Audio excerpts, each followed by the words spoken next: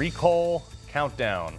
We're just now 10 days away from the recall election of California Governor Gavin Newsom. A new Trafalgar poll, hot off the press, just came to us minutes ago. Nearly 53% of people in California have told the poll that they want to keep Governor Newsom in place. 43% want him gone, and 4% still haven't decided. I don't believe that because I don't think anybody in the world is undecided in that state.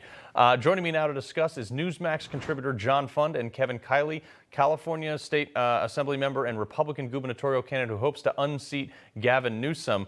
So, guys, I got to go into this poll here. First off, from Trafalgar Group. So, Kevin, I'll go to you first. They're saying that he might hold on. Basically 53% wants to keep him.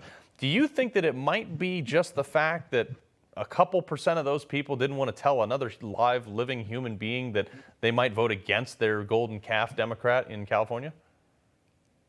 Well, sure, and it goes very much against what I'm seeing on the ground. I'm in a city called Corona right now. I was in Rancho Cucamonga this morning. I'm in Murrieta in a couple hours. I've been to every corner of California, and I got to tell you, I'm seeing a level of energy and enthusiasm and really hope and optimism that we have a golden opportunity to change our state, to set California on a whole new course, to reverse what has been a real long-term decline that Gavin Newsom has now brought to a total free fall. So yes, you have one poll there that shows that Newsom is up. I've seen other polls that show that it's close. I've seen polls saying that it's a statistical dead heat right now.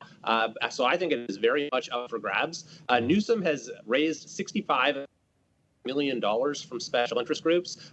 Recall is sort of a dream come true for him because it's unlimited campaign contributions. He can just say, give me $5 million, SEIU, give me several million to teachers unions, and more than happy to do it to protect their investment. So he's been running these wild ads, trotting out Bernie Sanders and Elizabeth Warren, engaging in fear-mongering. And so I think he's hoping that that's the way that he can save himself. But, based on what I'm seeing on the ground, I think that we very much have a chance here to win this thing. Yeah, well, John, he's basically, Gavin Newsom has just been out on the campaign trail bashing on Republicans. He's not talking about why he's better, but I want you to listen to this soundbite real quick. Darkest contrast between myself and all of the folks on the other side that all supported Trump and support Trumpism. The leading candidate, Larry Elder, wants to end mask requirements and vaccine requirements before his first cup of tea. So he wants, he basically is saying, like, vote for me because I'm not Trump. Those guys are Trump. And, orange man bad. So, John, is this going to work for him?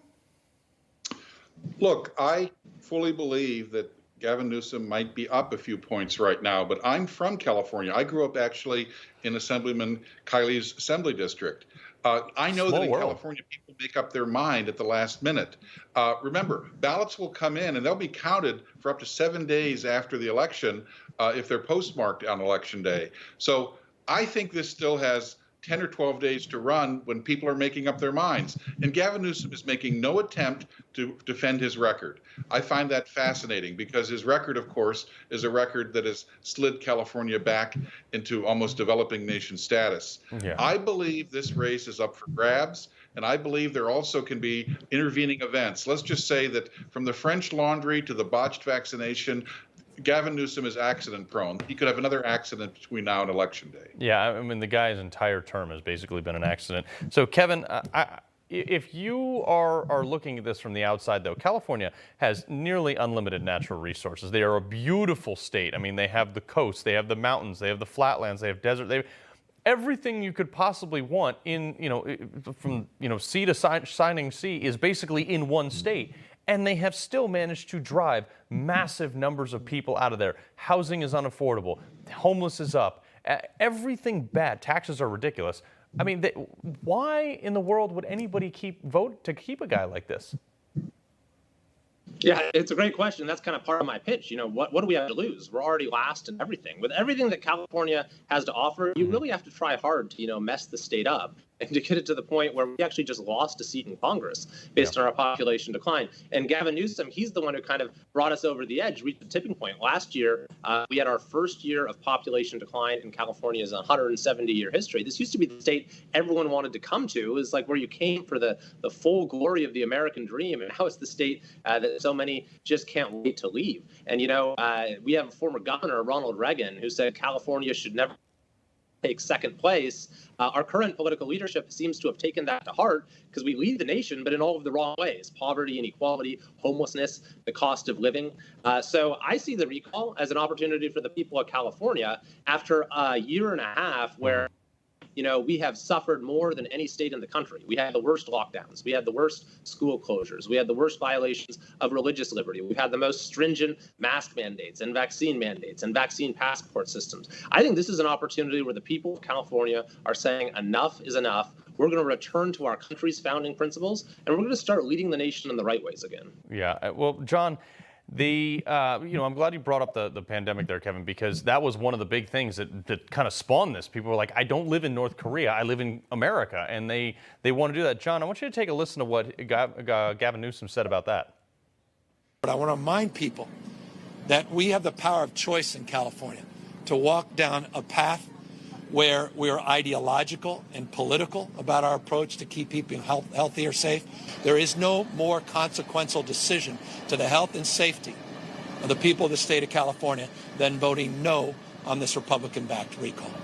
Yeah, so the power of choice, he says, yet he's not the candidate of choice. He has locked down businesses. He has mandated masks in some cases. He's trying to mandate vaccines. I mean, he's done horrific things that involve no actual personal choice. So, John, where the heck is he coming off with that talking point?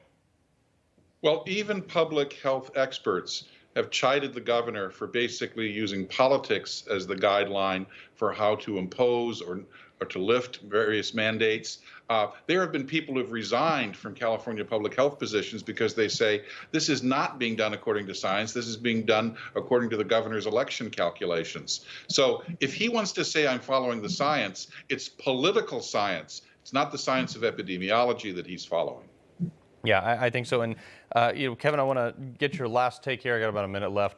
But if this does go through, Larry Elder is like leaps and bounds ahead of everybody. What do you think about the race?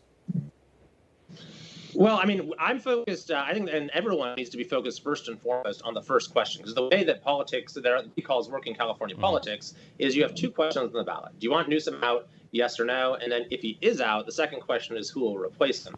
And so all of us, whether that's me, whether it's Larry, whether it's the other candidates, we share the interest in getting over 50% of voters to vote for remove Newsom. No one becomes the new governor unless we accomplish that. So I see Larry and the others as my teammates in that. And when it comes to who's going to actually rise to the top on the second question, we're seeing our campaign continue to rise in the polls, continue to gain momentum. And I tend to think voters will choose the person who's sort of the most polar opposite of Gavin Newsom, who shows that they're going to set the state on an entirely different course. Yeah. Well, John, real quick, I got about 30 seconds left.